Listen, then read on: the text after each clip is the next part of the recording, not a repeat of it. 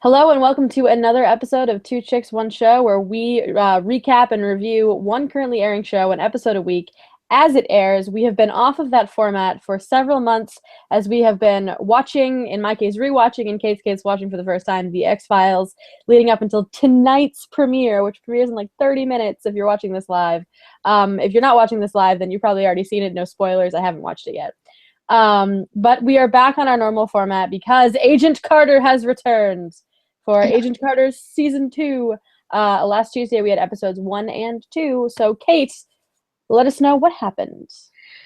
Basically, Agent Carter season 2 somewhat picks up a little bit after, I guess it's about 6 months after the events of season 1. Agent Carter is still in the New York field office when we open, but Chief Daniel, or Souza, is that his name? Chief Souza, yeah, it would Souza, is now running the West Coast office and has a case that he needs help on. So Jack, being classic Jack, decides to send Peggy instead of anyone else. After they catch Dottie. And then as soon as they catch Dottie, Jack's like, okay, Peggy, we got her, so you can leave now. Stupid Jack. Anyway, so Agent Carter heads out to the West Coast where she is greeted by her trusted bestie, Jarvis, and is now helping Chief Daniel on a case where we meet our new bad guy, our bad thing that we're going after, and like our new evil lady that's going to be trying to take down Peggy. And the highlight, I think, for every Agent Carter fan in these 2 episodes is that we finally get to meet Anna Jarvis, and it's everything we could have ever dreamed of. It really, really is. And I think that's a really good place to start, is with talking about Anna Jarvis, because there, if you remember correctly, when we were doing this time last year, when we were recapping the first 2 episodes of season 1, neither one of us was entirely positive that Anna Jarvis existed. No. I think a lot of people were questioning whether Anna Jarvis existed. I was convinced that she was dead, and that Jarvis was speaking of his wife in the past tense. And then in one episode, I think it might even have been the second episode, you hear her in the background. Yeah, but I mean, it could have been anyone. Right now. But like that was the insinuation, and then like he makes some more mentions of her that made it seem like yes, he was actually married. So we sort of got off of the oh she's dead bandwagon and jumped onto the okay she's alive, when do we get to meet her? And she is now a major character this season, and it's awesome. Yeah, she's like probably like Peggy's great, but I mean, I'm having a lot of wonderful feelings towards Anna Jarvis. I just think she's like the most amazing woman ever. Really, I love the first scene where you meet her because it really sets the tone for their relationship, probably for the rest of the season. Yeah. Because like they first meet, and both of them are very surprised by the other person, but they're immediately friends.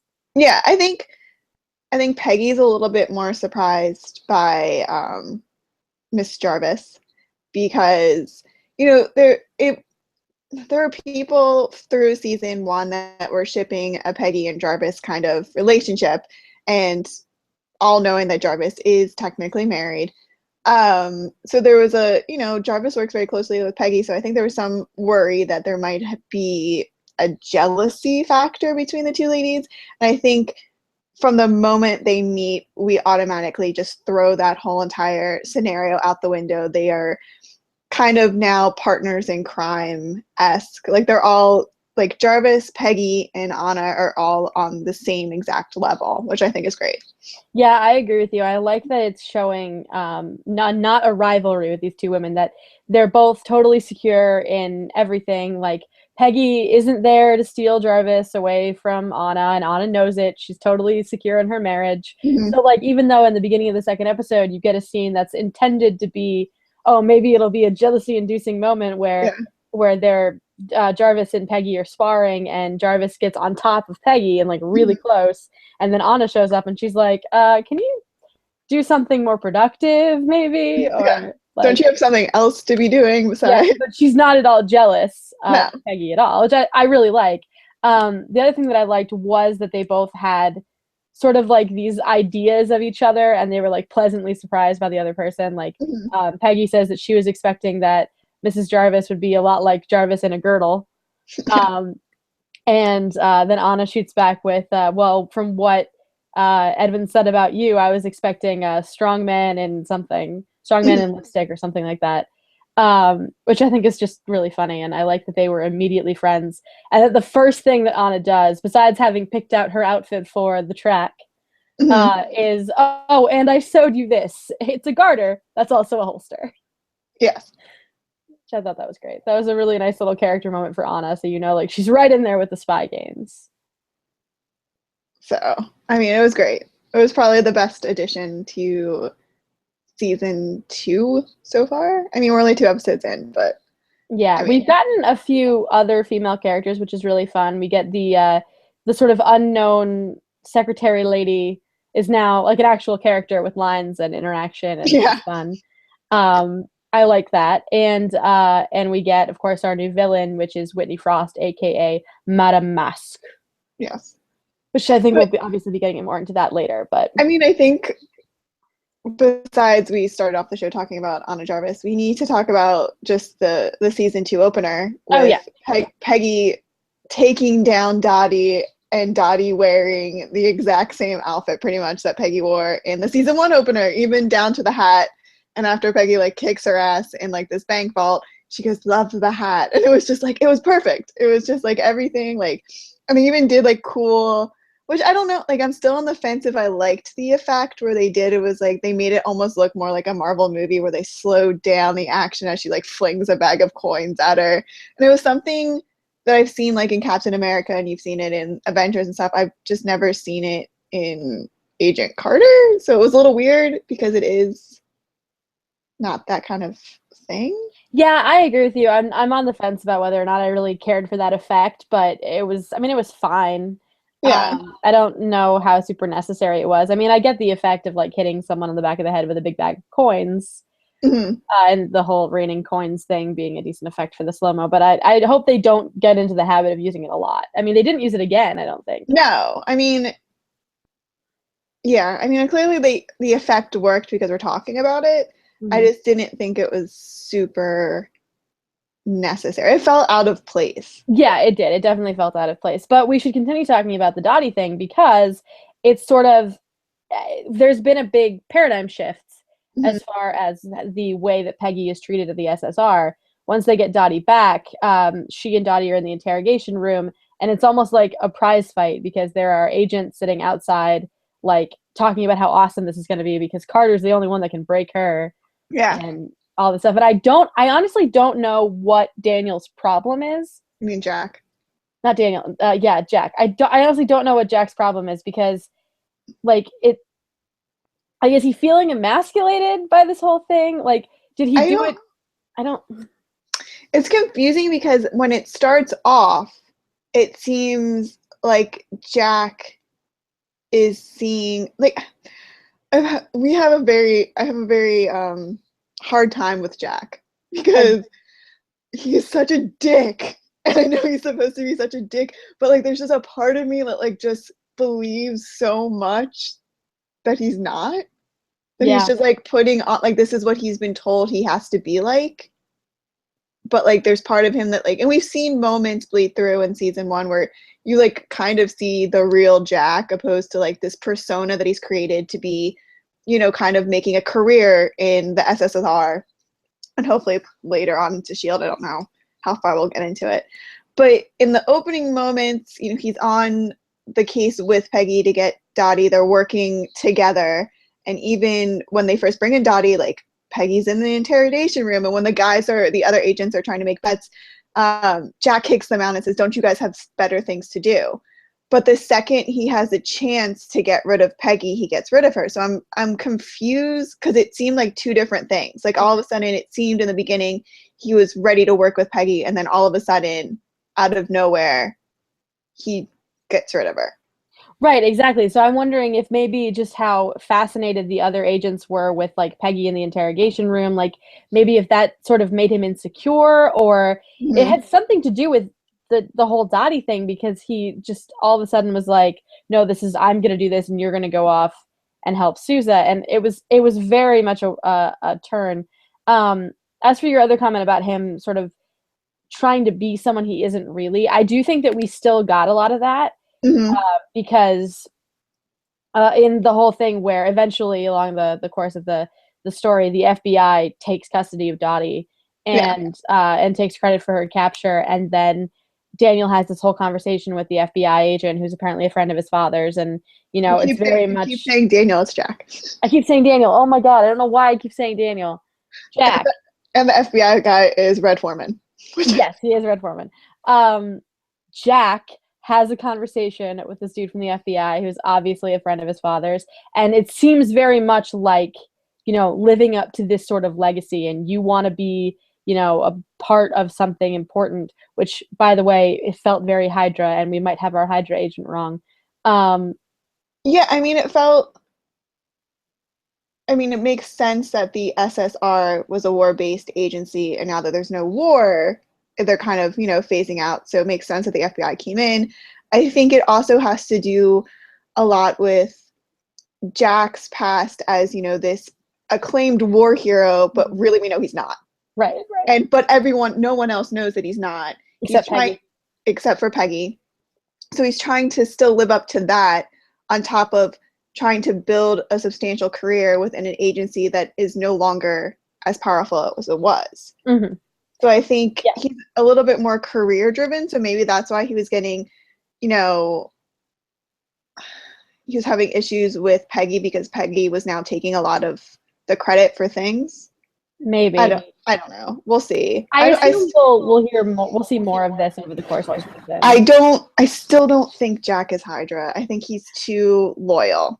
I do agree with you to a degree. Like, I could see it being very much that he doesn't realize that that's sort of the organization that is pulling the strings. Like, maybe like his dad is Hydra or something, and he doesn't realize what's happening. And then eventually he'll figure it out, and he won't end up doing what they want him to do. The whole thing about him being at the top of the next big thing made me think maybe he's going to end up with Shield. Maybe he's going to be one of the founding members of Shield.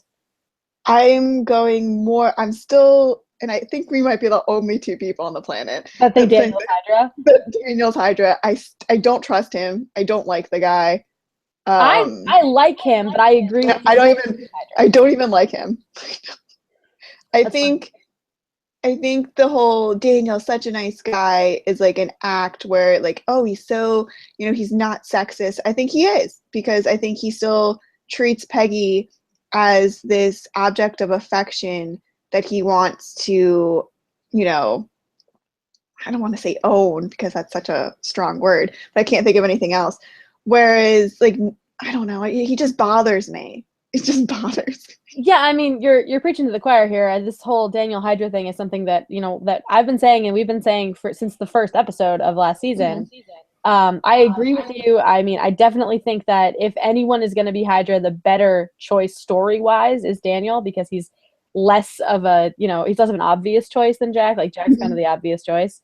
I do think that Jack is actually really loyal to the SSR and to the country and all that.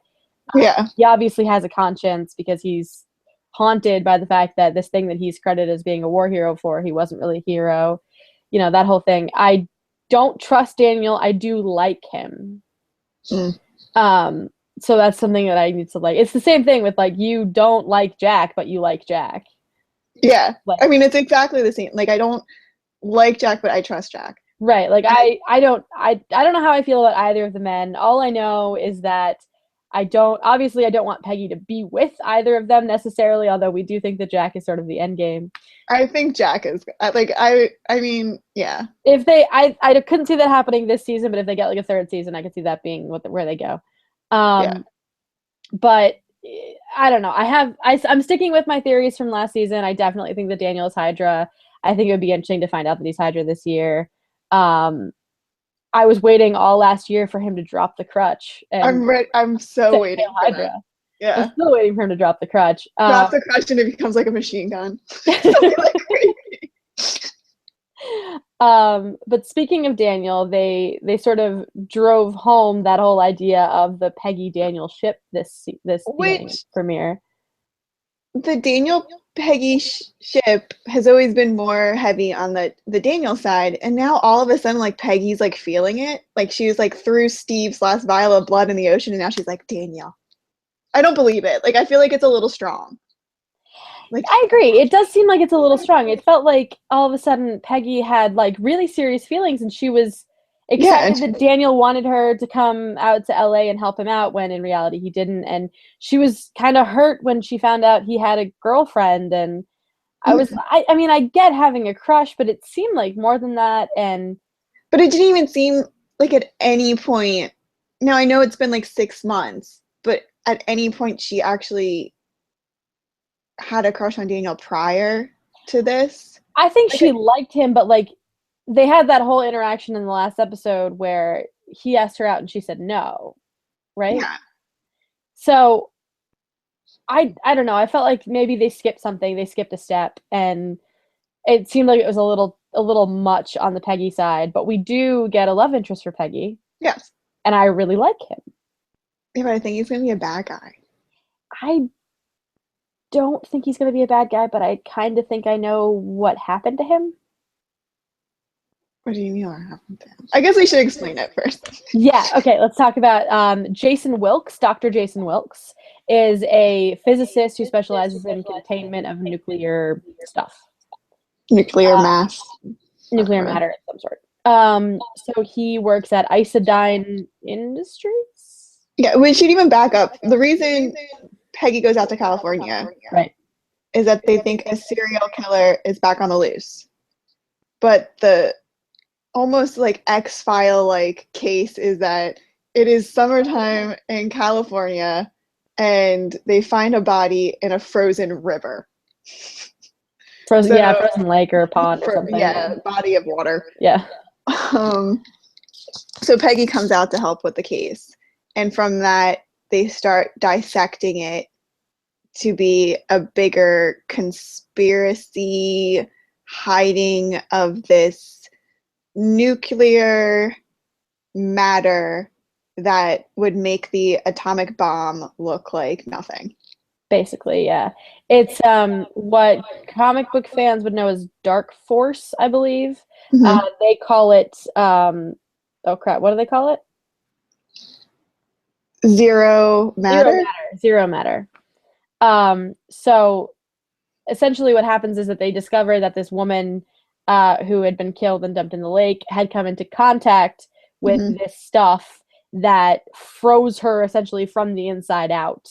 And any direct contact with her blood would turn the person that came into contact with it into the same thing. So the Emmy is turned into frozenness, and then the cop who was the one that actually covered up the murder also freezes and then gets shot and blown into a bazillion pieces by another cop who's on the take. On the take from the CEO of Isodyne Industries and his wife, Whitney Frost. And she's an actress, and he's running for Senate. Perfect. Yeah. Absolutely perfect. And it turns out that as we sort of figure out over the course of the episode, that Whitney Frost is actually sort of the brains behind the whole situation. And that's meant to be her character, is that she's supposed to be like an unsung female genius who, because of her position in life and the fact that she's female in 1947, you know, is running her husband's company behind the scenes. It's very femme fatale-esque. So, I mean, she's the aging starlet at the studio, like that scene, which I thought was so perfectly done, where she is at work and they keep commenting on her age, and she needs more makeup and she needs more blue lighting and blue because she's getting older. And I just thought it was, I mean, I know she's bad, but I feel like she's going to be a really good bad. I think so too. And I think one of the things that's most interesting about her is that I don't think that she's necessarily straight up evil. Like, she's not a nice person. I mean, she's very much not a nice person. Like, she's behind a series of murders, and like this woman that her husband was having an affair with, she had killed, and like obviously she's not a good person, but she also doesn't seem like she's mustache twirling supervillain evil. she's, you know, a More typical, power than. she seems like a typical Marvel villain where they think they're doing it all for the greater good. Mhm. So she's very almost like she's like an Age of Ultron Loki kind of villain where sure they do pretty bad stuff, but in their mind they think it's all to help humanity. So she thinks by having this zero mass, it would benefit the world except instead of destroying it. Right, right, exactly. And so um, but she's essentially like the producers created her to be an actual character that existed in, in the 40s and that era of women who were actually genius inventors and actresses who were actually genius inventors. I can't remember her name, but there's an actress who owns the patent to like the thing we still use in Bluetooth, who invented this thing but got no credit for it for a long time. And there's an actual woman that what Whitney Frost is, this Whitney Frost anyway, is based on, that was an inventor who, her husband took all the credit for all of her inventions. So this is, I mean, she's meant to be in a lot of ways like evil Peggy Carter, like a foil to this character, a woman in a man's world who doesn't get the credit for the things that she does. But Mm-hmm. where Peggy is all good, this woman is not. Mm-hmm. It's sort of the counter of I know my value. Yeah. Which I think is really interesting, and I like the idea of having a female villain this season. And well, we had a female No, villainess last we season. had a female minion last time. The villain Yeah. was actually Dr. Ivchenko, aka Dr. Russian Bad Guy. And it's even this female villain actually links back to Dottie because the pin that Dottie was trying to recover from the safety deposit box at the bank is actually a lapel pin for like a secret society that Whitney Frost's husband was a part of, Mm-hmm. that told him to nix the zero matter. So Dottie will be coming in at some point, and they're gonna probably be a bi-coastal investigation. I'm So, sure that will bring all of our heroes to one place. yeah, everyone will go out to California because I'm sure Dottie's gonna probably escape the FBI within probably at the end of next episode. Probably. Be off to California. More than likely. And Jack Um, so over the course of their investigation, Peggy meets this guy, who we already sort of talked about, Dr. Jason Wilkes, who is not just a physicist, he's also black. Mm-hmm. Which is actually a really interesting thing that they did with that, because it sort of brought in this, there's really only one person in one group of people anyway, less powerful than women in the 1940s, and that was minorities. Mm-hmm. Specifically black people. We don't ever really talk about what it was like for Hispanics back then. But, so of course there's all that, but that actually doesn't even come up until like really late in the story. For the most part, it's just, whether or not we can trust him. And he obviously knows something about the zero matter, and he's the one that actually ends up telling Peggy all about it and Mm-hmm. agreeing to help her steal it. Mm-hmm. And before they do that, there's definitely some romantic tension between the two of them, and then they kiss, and it's adorable. Yeah, I mean, he makes it pretty much right off the bat. He is Oh, yes, attracted they're to out. Peggy. Yeah, he like asks her out a couple times, and then she finally agrees to go with him to get a drink Because he's going to give her because he's information. going to give her information. And Daniel's like, "I'm gonna go with you." And I'm like, this is another thing. Like, I'm pretty sure Peggy Carter can take care of herself. Mm-hmm. I mean, no offense, Daniel. I don't think she needs you as backup. So that's what always annoys me about Daniel is that he's like, but people are like, oh, he's doing it because he's a gentleman. He's chivalrous to a fault. Sure. I don't think so. I still think he's a little sexist, but whatever. A little bit, I guess, maybe. But anyway, so they have their little romantic, thing. They kiss a couple times, and then they decide to go and steal the zero matter from Isodyne. And when they get there, the people who are there to dismantle the program are already there. Mm-hmm. And while he's sucking it into its little containment jar, Whitney Frost interrupts him. They sort of get into a fight. They drop the container of zero matter, It opens and explodes, and Whitney Frost is alive but injured, and not Daniel. My brain keeps coming back to Daniel. Wilkes is gone. Yeah. He's dead. But he's not. No, he's not dead. Yeah. I'm pretty sure I know what happened to him. What happened to him? What's your prediction? He's invisible. Ah, okay. Because the character he's so we're gonna make the only black guy invisible. Yeah. He's invisible. Just like we made the first Disney princess a frog for most of the movie. Okay. Yeah. See what you're doing there. The character he's based on turns invisible. Like, can he turn back uninvisible? No. The problem is that he's intangible, so he can't touch things either. Oh my god. But this one, he's probably going to be tangible, but not have a way to turn uninvisible.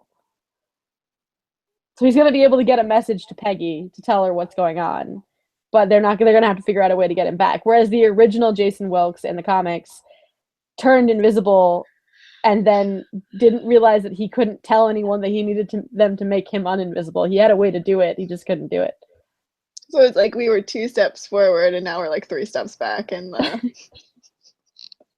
okay. I'm pretty sure he's invisible, though. So that'll be an interesting storyline that I'm sure will be settled by the end of the next episode. Oh, I don't know that he'll be uninvisible by the end of the next episode, but we'll at least know he's invisible by the end of the next episode. He'll be invisible until the finale. Whitney Frost, in the meantime, is going to become Madame Mask. She's not a very nice person. Does she have to wear a mask? Yes. Okay. Doesn't she have something to do with Howard Stark? Howard Stark, not really. In the comics, Madame Mask is a villain associated with Iron Man. Okay. So, that was sort of it. She doesn't really, her comic book version doesn't have superpowers. So, I'll be interested to see if they give her TV version superpowers, because I assume they would have to. Yeah, especially if to explain how she survived. And she's got that. Yeah. So maybe the stuff lives inside of her now or something. I don't know. Maybe that could be it. Like maybe she's actually a singularity. Yeah. It had to go somewhere. So maybe she absorbed it. Didn't it kind of remind you of the black oil? Yes. That's what I was talking about. As soon as I saw it, I'm like, oh my god, the black oil. It reminded me of the black oil, but it more reminded me of gravitonium from Agents of S.H.I.E.L.D. Yeah, I have noticed. It's a similar kind of black thing that does that thing, but it does it in a different way. Less lava lampy. Okay. So I don't know. Overall thoughts on these 2 episodes? I mean, of course I loved it, but I mean, there's things I didn't like Daniel. I'm never going to like Daniel. Oh, but did you not like Daniel in a good way? Like, you can dislike a character because the story is good. No, I just don't like him. It's like I don't trust him. I think he's swarmy. I think he's trying to be something that he's not. And I'm like, I'm gonna be pissed off. Like his girlfriend, Daniel has a girlfriend. Yes, and she's the nicest, cutest little girl. She's not a little girl, but you know what I mean. And if he breaks up with her to be with Peggy, because Peggy's not gonna end up with Daniel. Let's be real. It's not gonna happen. I'm gonna be pissed off because that's not fair to that girl. Yeah, I really have no idea. I think this was a really good start to a really interesting story, and I'm glad that, that the season 2 is here and that they're still doing things. I'm glad they responded to the whole diversify Agent Carter thing at least a little bit. They added 2 new characters who are female, and they added a black guy who's now invisible, probably. He's gonna be invisible. But I don't think that is necessarily a racist thing. I think they just decided we should do this character, and he should totally be black. I mean, it's just a little bit ironic that they were like, okay, this season we're going to add a black man because everyone got pissed off. And then at the end of the second episode, he's invisible. It's better than dead. I guess. Anyway. I'm just saying. It is the Princess and the Frog all over again. Well, they responded at least a little bit. At least they did something as opposed to nothing. Yeah. They added 2 more female characters. 3 more female characters. Yeah. 2.5, I guess, because the other one existed, but she didn't have any lines. Well, I mean, I guess you could count Daniel's new girlfriend too. So it'd be like 3.5. So it'd be like 3-ish. I mean, I think the secretary deserves a half. No, she's the half because she was in the Yeah. first season, but she wasn't really a character. Not a Yeah. character. So, but they added Daniel's girl. I don't even know what Daniel's girlfriend's name is. Daniel's girlfriend. They added. Maybe? Sure, that sounds about right. It's Victoria or Veronica or something. It might be Veronica. I don't know. It's something with a V. Who cares? He'll dump her soon. He's gonna dump her very soon, I'm sure. I know. God, fucking Daniel. What an idiot. What a putz. Like, if you looked up putz in the dictionary, it'd be Daniel. Daniel Souza. He could barely first make like Jack was right. Listen, I have such a love-hate relationship with Jack. But Jack, when he was like, "Oh, you got your first big case and you already need help," he was right. First big case and you're already calling New York office, Daniel. What the frick have you been doing out there? The first thing that Peggy says is like, we need to make sure that they're even the same crime. Yeah, he didn't even put it together. They didn't even think like maybe the woman was already in the lake before it froze. Oh my god, what a mess. Putz. Just a putz. So, oh goodness. Anyway, any predictions for the rest of the season? I was gonna say, besides the black man being invisible now, do you have anything else? I predict that Jarvis will never get the flamingo in the cage. Oh, Bernard. I think my only prediction so far is that Jason is invisible. Okay. I'm hoping it's not. Invisible. I'm still having a hard time like Peggy being over Steve. Like I'm just not like I don't want her to be. It's like when your mom starts dating like after a divorce, and like it just. What would you know about that? I don't know anything, but I'm assuming that's what it's like. My parents are still happily married, but I'm just like no, stop it right now. Like I don't like it. Well, okay, that's fair. That's a little what it's like. It's more awkward than that, but I like that she's over Steve. Like, I don't love that she's over Steve, but I like that she's over Steve. We also have to sort of get used to the idea of Steve being over Peggy because as Chris Evans has actually said, like, Steve has never really been in love. Like, he was in love with Peggy, but they never went on a date. Yeah, but he crashed the plane into the icy water before they were able to go on their first date. But I mean, I think everything they've been through, it wasn't like she's still his best girl, except in the next movie. Shut up. Not ready. Civil War is just going to be like my heart is just going to be ripped out of its chest and thrown on the floor. First 20 minutes.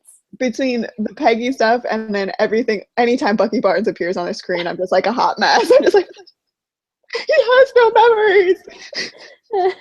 You are going to be a hot mess during Civil War. So I'm not. But yeah, other than Jason being invisible, I don't have any predictions for the rest of the season. There's only going to be one episode with Angie. Yeah, and it's going to be like I think a dream sequence. Maybe, I don't know. Possibly a dance number. That would be awesome. So yeah, I don't know. I think Red Foreman's going to be Hydra. Yeah, I've already said that, so yeah. Yeah, so. I think that whole secret society is sort of a version. It's either a version of Hydra or it's something that is going to be kicked around by Hydra. Yeah.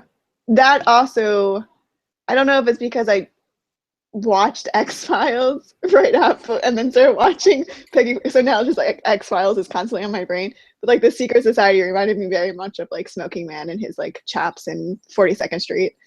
So, or 72nd Street. I don't know. It was a 2nd Street in New York. I think it was 72nd Street. So 42nd Street's the play. Yes. Anyway, but that was Agent Carter, season 2, episodes 1 and 2. Do you have anything else to say before we wrap it up? No. All right. Agent Carter airs Tuesdays at 9 p.m. on ABC. This show will air probably on Wednesday. We haven't decided yet. We're at a very good schedule before, and now we're at a very wonky schedule, but we will let you know on Twitter. Be sure to follow us. @AllGeekToMeNet is the website. @Trisha Ennis is me. @Kate Calabro is her. Hashtag 2chicks1show. Let us know what you thought of the season 2 premiere of Agent Carter. If you want to hear us, or at least me, talk more about feminist issues in Agent Carter, you should listen to the most recent episode of the Lady Parts and Love Triangles podcast, where I sit down with Lauren Galloway of the Peggy Carter podcast, and we talk about all things Peggy. Other than that, we will see you next time. So long.